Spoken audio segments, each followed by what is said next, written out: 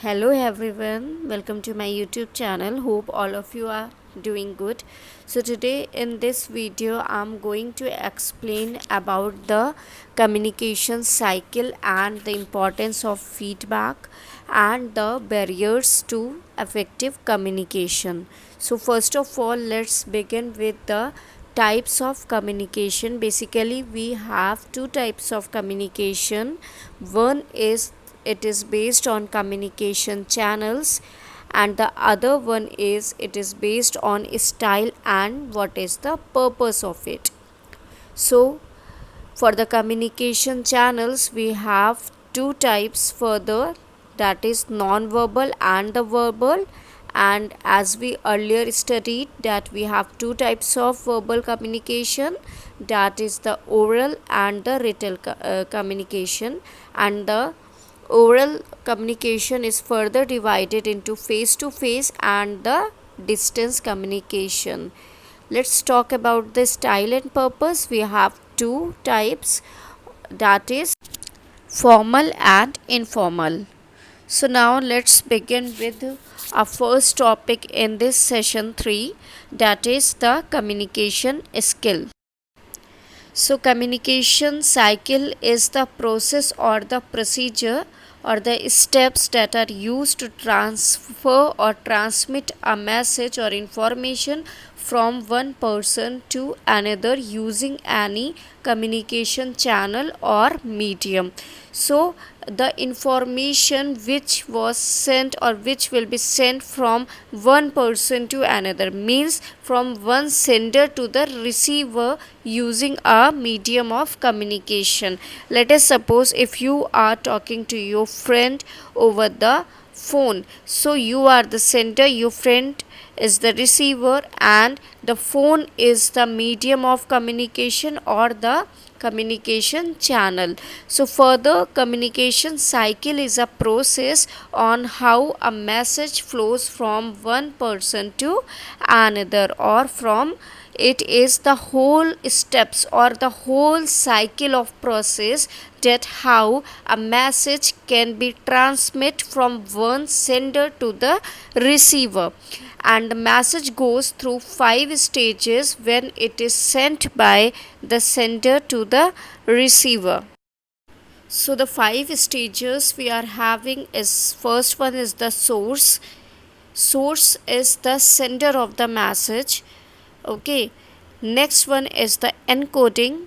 Encoding is a process through which the message is symbolized, or it can be converted into some coded form. So it involves giving the message to a communication form. A key part of being a successful encoder is knowing your audience. So the next and the important one is the channel. Channel is basically a medium through which a message is being sent. So the sender selects the most appropriate and the effective vehicle that will deliver the message to the receiver. And the next one is the decoding. It is the process in which the message is translated back into a plain language. Okay, it is translated back from some coded form to a plain form, and meaning is generated out of it. And the last one is the receiver. Receiver is the entity that receives the decoded message. Okay, so this is all about the communication channel and the what are the types and the concepts which involve during it. So next we have the meaning and importance of feedback in our communication. So communication feedback means feedback in a communication can be defined as the response given by the receiver to the sender. Let us suppose the sender is talking or telling something to the receiver. Okay, and when in response a receiver tells something or give the response to the sender, that means the receiver is giving the feedback to the sender. The sender needs response of the receiver in order to decide effectiveness of communication. So feedback can be either positive or the negative. So let us suppose the sender talks to the receiver about some concepts, and the receiver is giving any feedback, whether it is negative or positive. But for the effectiveness of the communication, the receiver has to respond something, either positive or negative. So therefore it is the message sent by the receiver back to the source.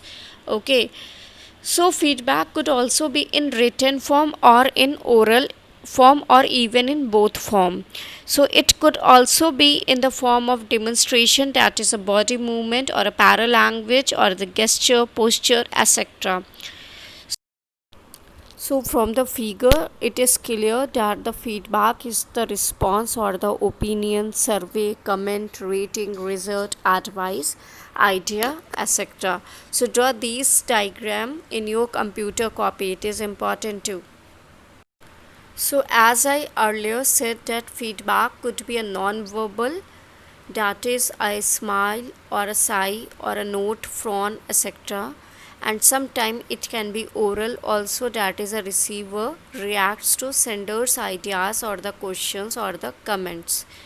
And sometimes it is through like replying over any post or comment, or replying over any email, etc. So all these are the feedback. So usually a feedback completes in 4 steps, and they are listening and understanding the message properly. Whenever anyone saying something, okay, or delivering some information to us, so our responsibility is to listen it first and understand the message properly, what someone wants to understand us. Second one is asking question if the message is not clear and getting it clarified. Okay, so we should ask the question again and again. We have to clear our doubts and confusion, so to get it clarified.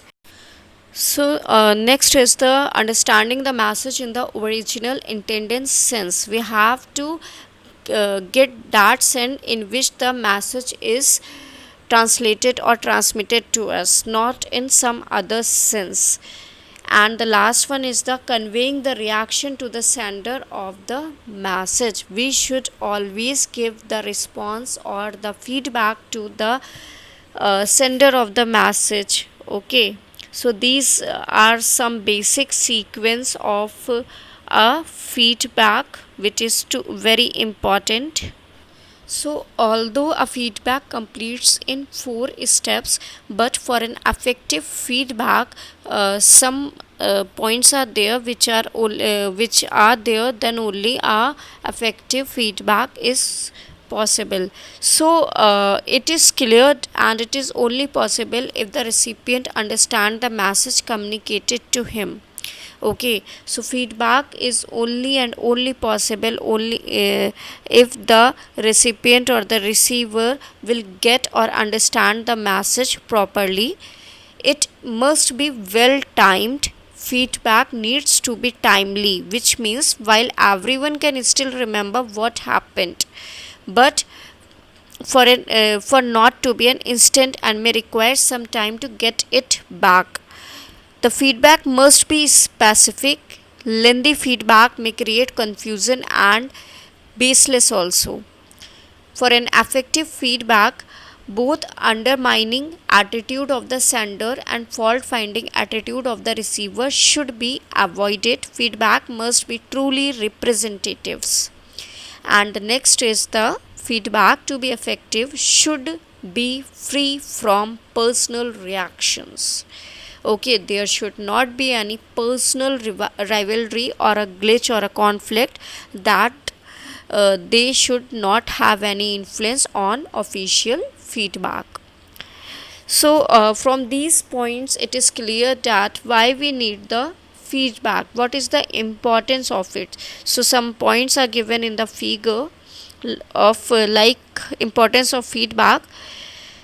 completion of entire communication process. First one is the completion of entire communication process. From this point we mean that if we get the feedback, that means that whatever sender wants to tell to the receiver is giving the feedback, means the whole communication, the whole information is actually transmitted to the receiver, then only he or she are giving the feedback. Next is the collection of information. From the feedback we got the collection of the information. Measuring the effectiveness of communication, yes, it is important because it gives the effectiveness. What is the effectiveness of our important and communication, what are the points to be said in the communication are all to be measured when we got the feedback of that communication.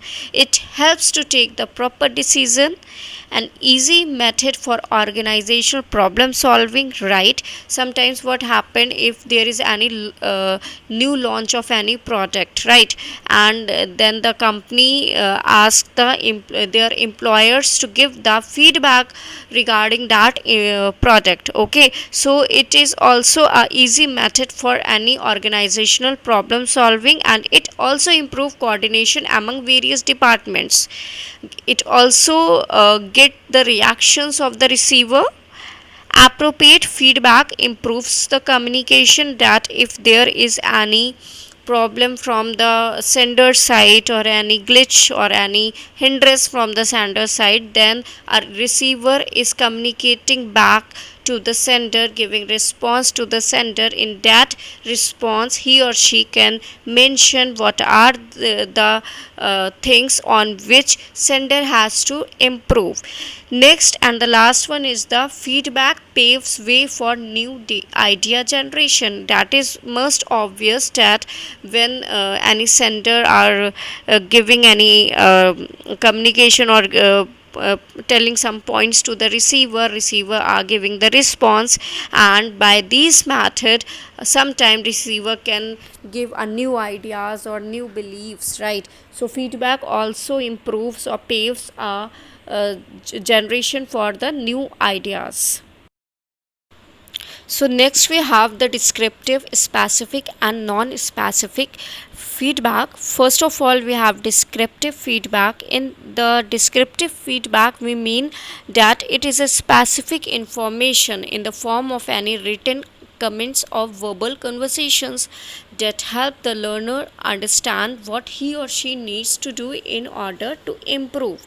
Means descriptive feedback is only for some specific information, and it is in the form of written comments or the any post or the or through the verbal conversations. So we have basically two types of feedback in this, oral one and the written feedback. In the oral feedback usually it occurs during a task. It is sometimes underestimated because it is less formal too, but it can be very powerful and effective tool as it can be provided easily in the teachable moment and in a timely way. Next one is the written feedback. So written feedback are given after a task. For example, effective written feedback provides a student with a record of what they are doing well. For example, in oral feedback, let us suppose you are giving your test in the class, right? And the test is the oral one, and your teacher asks some question and you are wrong. So at that moment only your teacher will give the feedback to you that you are wrong, you are not doing well, you are not learning. Means at an instant orally a teacher is giving a feedback to you. And let us suppose if you are doing or giving any written test, okay, and later your copies will be checked by your teacher and the teacher will give the marks to you, and that is come into the category of written feedback. The teacher will give your feedback of the test later, and that is written too. So written feedback needs timely so that it is paired as closely as possible with the event, written in a manner that is understandable by the student and actionable so that the student can make revisions too. So descriptive feedback primarily tells students how to correct their reasonings, and the main purpose is just to improve learning by indicating what needs to be improved. So next we are having the specific versus non-specific feedback. Non-specific feedback we means specific feedback, we mean the descriptive one. So specific feedback provides detail or specific information on what the employee or any student anyone did well or not. For example, the way you crafted the articles to fit together to take the through the client, will the process is good or not, is the specific one. And the general feedback on the other hand is very non-specific, such as good job, saying good job, or whatever you did great, etc., well done, will be the non-specific feedback. So here we learned about three types of feedback. One is the descriptive, specific, and non-specific feedback. Descriptive one means that the feedback is a specific information, it is specific. It is, if we take the example of any student, means it is specific to the some point. That is, in case of a student is given the test, so the specific feedback will be given by the teacher regarding the test only. And let us suppose for the non-specific feedback means if any student doing good, okay, so certainly our teacher said like well done, you have done a very good job, etc. So this is a non-specific feedback. So the next we have the communication barrier. In many communications, the message may not be received exactly or properly the way sender wants to transmit to the receiver. Means the intended message or the sense will not be get or received by the receiver. Hence, it is important that the communication should be in a proper way and the receiver should get the intended sense what the sender wants to say. So feedback to check their message is clearly understood. So some barriers are there. So before that, communication barrier, we mean that it is the hindrance in the process of communication. Okay, and the barriers also refers to the obstacle that prevent the movement or the flow or access of information inside or outside of any organization. The process of communication has multiple barriers. Sometimes we have the barrier with the people, with the words, and the barriers which are made by cultural differences, barriers made by distance. So a barrier in communication can be originated at any point in the communication process. Barriers to communication can be classified as follows on the basis of the stages of communication process during the problem. So we have basically three types of barriers based on the stages of communication process. These are the sender oriented barriers. For example, lack of any planning, clarity about the purpose of communication, or improper choice of the word. Next one is the receiver oriented barrier, which arises while receiving the message. Let us suppose, for example, poor listening or the lack of interest. And the next one and the last one is the channel oriented barriers. Sometimes when we are talking over the call and we get the network fluctuations, so we are getting the noise or the wrong selection of medium. Okay, they may be found in the message transmission media or communication channel. Barrier to effective communication could be many types. Apart from the stage of communication processes, we are having barriers like linguistic, psychological, emotional, physical, cultural, etc.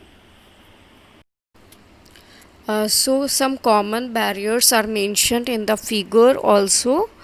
So these are the barriers to the effective communication. The first one, we are having the language barrier. Language barrier means it is the language or the means which is said to be the most effective means of communication with others. For our language may present barriers to others who are not familiar with our expression or jargon. The language provides understanding of the content that an individual is willing to express or communicate with the other. So, for example, if we are explaining someone who is not able to understand my language, for example, if I am telling something in Hindi or Tamil, and the next person to whom we are delivering the information are knows only Chinese or some other language, so he or she cannot able to get what I'm trying to tell, okay, what I'm trying to communicate to them. So this is the language barrier. Next one is the cultural barrier. Within an organization or any group, individual belonging to different nationalities or regions or cultures, religion, caste, creed, and different status groups are employed together. It is always there that in a group of employees all are not same. Okay. So a culture barrier occurs when people of different cultures are unable to communicate with each other. Right. So it is basically an ability, maybe due diverse factors such as different backgrounds or the language, custom, viewpoints, ideas or beliefs, cultural norms, values, stereotypes in oral communication too. So body language and gesture are also sometimes hinders. Next is the personal barrier.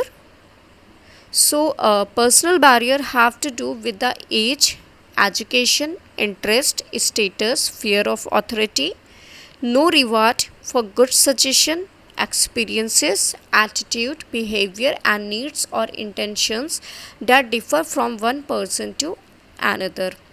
So the most common personal barriers are lack of listening skills. If someone do not have the listening skill, okay, he's not paying the attention, he's very harmful to at effective listening. Next is the selection attention. This problem arises when the person is not patient, it is very impatient and put his objective without listening what you want to say. And the next one is the lack of knowledge. If both sender and receiver have less knowledge about the subject matter or the lack of vocabularies on the language, then the communication process suffers a lot. So next barrier, we have the psychological barrier. Psychological barriers are created in our mind. If both sender and the receiver are in different state of mind, then the psychological barrier occurs.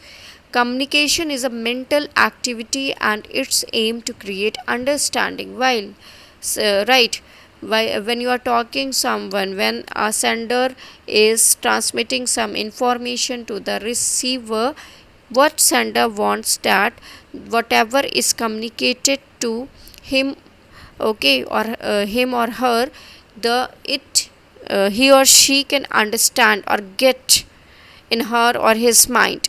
So there are several kinds of psychological barriers which come in the way of understanding. They are the emotions, prejudice, close-minded. Close-mind is one which refuses to accept any new idea or opinion.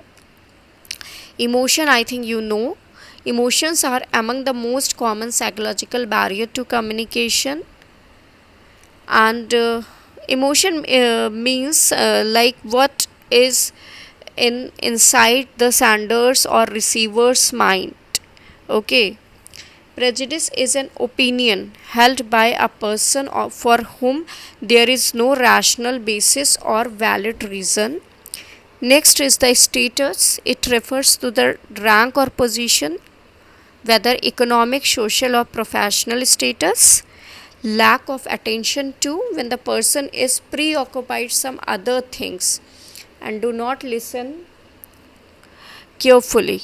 And the next is poor retention. The retention refers to the capacity of a brain to retain or to store the things properly, okay, in the memory. So next barrier we have the gender one. There are distinct differences between the speech pattern for men and women. Gender barrier to communication can provoke problems at home and in the workplace too. So gender barriers are any misunderstanding or confusion in the intended message caused by the gender differences. Next one is the emotional barrier. One of the chief barrier to an open and free communication is emotional. Let us suppose if you are talking to someone and at that time you get emotional, whether you are happy or sad, but it will hinder your communication. Next is the interpersonal barriers. We have the 6 ways in which a people can distance themselves from one another. These are the withdrawal, ritual, hobbies, working, and the closeness. Next barrier is the environment barrier. The major environment barriers are time, place, space, climate, noise, and some of them are easy to alter, whereas some may prove to be tough obstacle in the process of effective communication. And the next one is the organizational barriers. So the organizational barriers arises because of misinformation or lack of appropriate transparency available to the employees. Transparency, we mean that whatever the information is there in any organization, so that information should known by the employees, okay. There should be no hidden thing in that organization. So this type of barrier might result in commercial failure of organization, and these are language, cultural diversity, gender differences, status differences, rules and regulation, and also absence of communication policy, organizational facilities, and the complex organizational structure. So next are the measures to overcome barriers in effective communication. Barrier disrupt communication and interfere with understanding. So to overcome, we should have some points here. Always be an active and listener and be a good too. So active listening is a skill that can be acquired and developed with practice.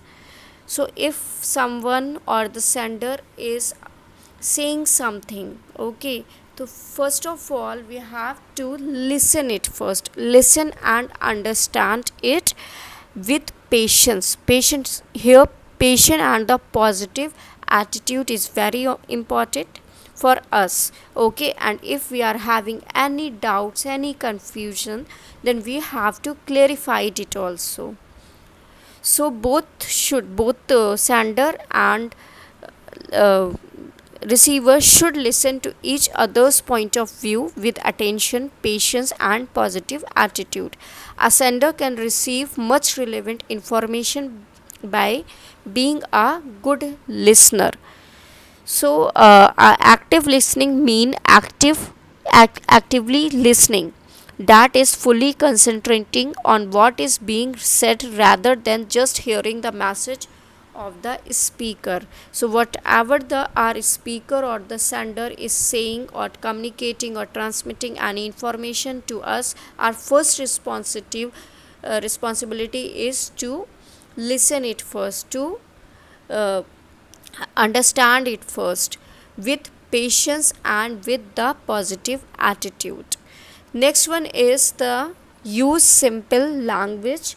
So it is important to remember the audience that you are speaking to and use languages that can be easily understood by all. So always avoid using medical terminology or jargon while speaking to clients or their families.